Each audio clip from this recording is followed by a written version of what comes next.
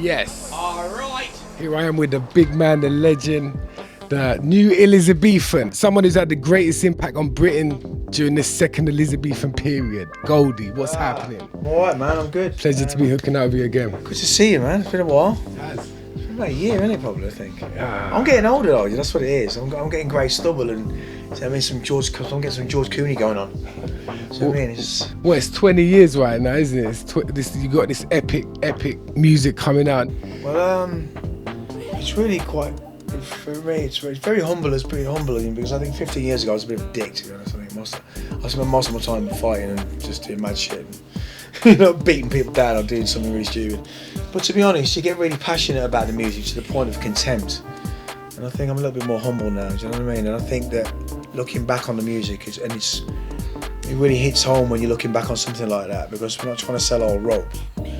We're just looking at the archetype of the music.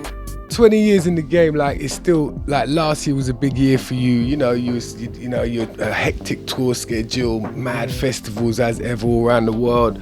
You had a reunion in the Bronx, lots of different art exhibitions. Yeah, that was pretty amazing. I mean, this whole Elizabethan thing came out with it. We were on the back of the Palace program with the kids, and I just think that you go to the Palace and you get there vicariously through young people that want to make music. There's nothing better than that.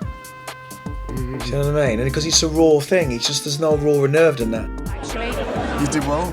Yeah, hey? Certainly did. You're like mini me. No, you that straight away. For me, really, Timeless really firsthand is because all the people are in place. The conductors are in place. Me conducting Sea of Tears and Letter of Fate and Sensual, and then you've got Charles Hazelwood, and then you've got the youth choir, then you've got the national orchestra, and then it's all in place. You just got to make the man tick the boxes and deal with it, because there's a difference really. It's the equation of graffiti. When you write an outline, b-boyism, man, you're a b-boy, and you write you do your outline, and I've got my paint. I know the piece is finished. All I've got to do is not got catch for it, and making sure that the colours and something else, that's a bonus. So the blueprint, Timeless was a blueprint, and it was going to be Timeless and our blueprint. So for me, that hasn't even been explored yet. Great album, but it still hasn't been explored in terms of this is the first time when you can take an electronic blueprint and the technology's now arrived 20 years later where we can go, right, let's just kind of construct this for orchestra. Let's explore classicism, which is what Mother was, but it went over people's heads, because when you work with an 18-piece orchestra and electronic music, and you put that together and you really make that into production, that's classicism, that's impressionism. But when you've got drum bass heads going, I don't get it, I want 3 minutes of just going at it. Well, that's not really, that's all you know. So that's my purpose, that's my job, to be able to make even the classical people go, I don't get the beats in this music with all this string arrangement, it's beautiful, but I don't get the beats. So you've got two genres confused because you're taking it forward. It doesn't bother me.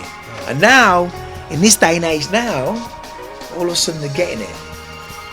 They're starting to understand that, like in mixed medium and working with different genres, and because it's folding time, the technology is so much of it that it has to spill out into different genres, and it has to interact like it did socially with us. As my dad was, a car worker in the foundry, and Hackney and all these different people, influx coming in, Birmingham, London, Jamaica, Liverpool, and it's mixed culture now. 70s, mate, it was just mixed race, black and white. So the same thing's happening with the technology and all that kind of stuff. So I could take you deep, mate. A lot of people go, I don't believe in anything, man. But I've got a lot of belief system, man. If I didn't believe in the music 20 years ago, and if I didn't believe in getting somewhere with art 30 years ago, I've been doing this since I was 17. You know what I mean? I'm 47. I've been doing this hard for 30 years. So I've kind of lived the dream and kind of really enjoying that. So I'm really blessed to do what I've always wanted to do, my dream thing, that I'm still doing what I love. Yeah. And that's you can't buy that, man. You know what I mean? So I'm still loving that, and I'm still meeting some really interesting people. Yeah. And to be honest, man, I never invented nothing, man. I'm just a vessel like anyone else, just trying to speak my opinion.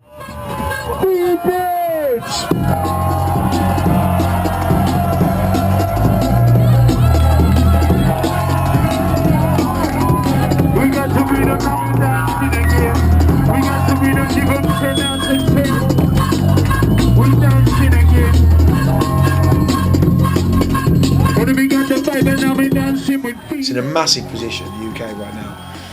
You've got all these people that are from England that are just blown up. Yeah. And I think that really sums it up, really. You know what I mean? And I think I'm a big lover in that. I'm a big supporter in urban music generally, man. And D&B music, what it's done for other music, I think it's got the same impact of what graffiti did for world art.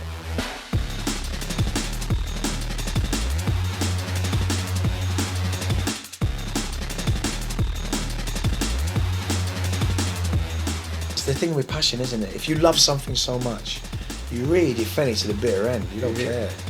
You know, and I think, to be honest, being an artist and not being a producer as such, you know, in a way that you would be a producer and produce lots of different people, whether it was a country western band or a hip-hop kind of band or whatever else, you know what I mean? For me, just being that artist has kind of alienated me, if you like, for just doing what I do, and I don't really care. So I've got to bend to what I do, or fuck it, I ain't doing it. Yeah. And in a way, that's like shooting yourself in the foot, right? But I do art, that's what I do. Yeah. And the price for doing art is you will fall on your sword at some point. You have to do that.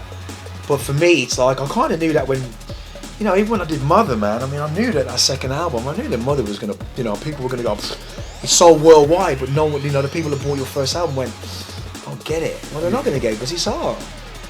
Because you've become accustomed to it. Well, you're all about reinvention, right? That interests you. That interests me, man. One of the greatest gifts we've ever been given is for reinvention. And I mean, Barry said that to me. He said to me in Saturn's Return, he said, he was sitting and doing an interview in Saturn's Return, and he turns around. You should check it on YouTube. It's a very interesting documentary.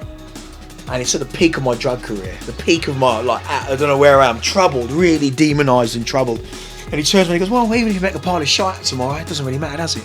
You've done it.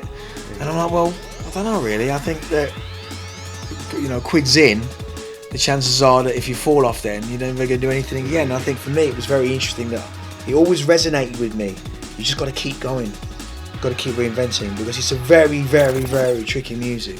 Integral kind of D&B will never really, truly get recognised like real graph from South Bronx, really. But you can go and do murals, and my mate's got mural companies, and they're doing really well. And graphically, we can translate that, and we can kind of manipulate and make it work for you, in the same way that the genre of drum and bass works generally across the board. It's very good to be able to get it out there. Yeah.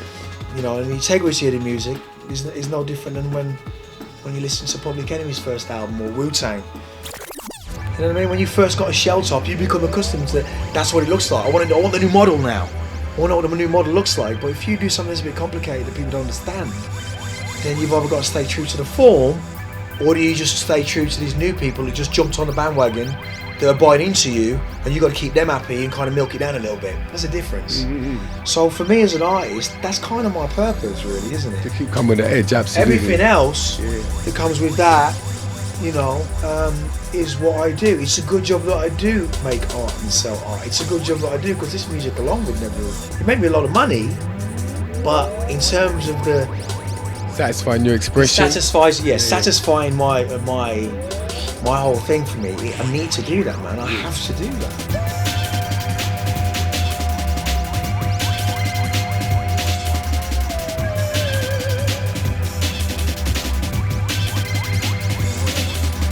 Speaking of doing yoga, but I'm in better shape now. You know me, Osh. Yeah. You know me, so I feel the best I've ever felt, and I think it's, you know, I don't really sleep anyway. I'm on like 4 hours a night, but that used to be through copious amounts of drugs, probably. But is that serious? Is that serious though? 4 hours a night sleep? 4 hours a night. That's what I do. Yeah, I'm done. Wow. 4 hours, and then I'm up. And to be honest, it's I think for me, it's not everyone's thing, to be fair, but I think that it attracts the people that have got these really mental kind of personalities. Yeah. So what I want to do is I want to find something out that people don't know about you. Yeah. So what I like to do is I'm going to say something that you've done, and you reply with something that you think of that we won't know about. Okay. You've come with a classic album of a generation. Yeah.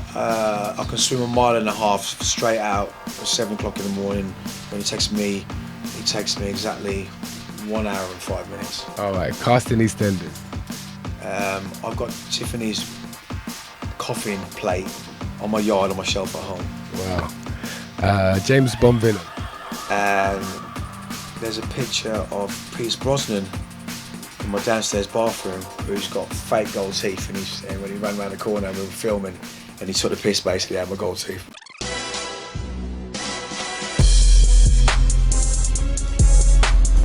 And finally, the Gumball Rally with Naomi Campbell. I actually spent a week putting potatoes in people's exhaust pipes and chaining up people's wheels. That's what we did really on the first Gumball. And 4 people got arrested on the first night on the tarmac in Spain, in Bilbao.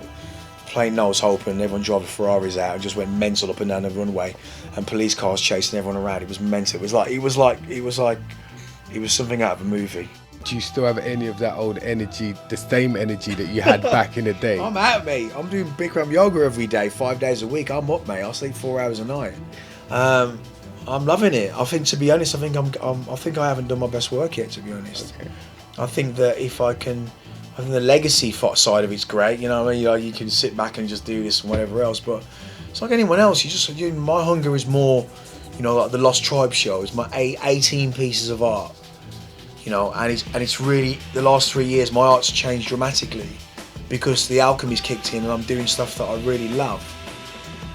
It's the most realised collection of art that I've done in my entire existence, and I'm in the best position with all the yoga I do has really opened me up to a whole bunch of, not even tree hugging, I'm talking about some real shit in terms of getting grounded and really kind of dealing with me as a person, man, as a spirit, and kind of containing it a little bit. For the mind and spirit, nothing else. You can't beat people into doing it, you know what I mean? Yeah. But I know I've turned a lot of people onto that say, you know what, that's the one, mate. So yeah, interesting. You're still spending time doing a lot of art. You're still getting time to do music. Well, yeah, I mean, we're currently 4 tracks into the Goldie album, which is going to come in the winter, which is that kind of Petal of a Rose was originally coined for it, but now that opens up with a track called Broken Man. Okay. I'm recording that now. I'm working with musicians again, which I haven't done for a long time. And then you've got the Timeless project, which looks like it might be at the Science Museum, with the whole Timeless live thing, which is Cine Tempo and the whole live orchestra thing. And doing the programs with BBC was great, and I'm learning Rachmaninoff and I'm learning Beethoven, because I never knew that Beethoven was mixed race. I never knew that his mother was a Moor. I never knew that he was alienated from the rest of classical music, and that's why his music was so dark and why it was so beautiful. I'm not really a great lover of X Factor. It's great entertainment, because that's what it is. We're not a great lover of them kind of things, because I think that music, there's a lot of people out there that make some really good music that are never going to get a shout, or they're slightly disadvantaged. You know what I mean? They don't want to get pointed the finger at. We're not here to make them to laugh at them.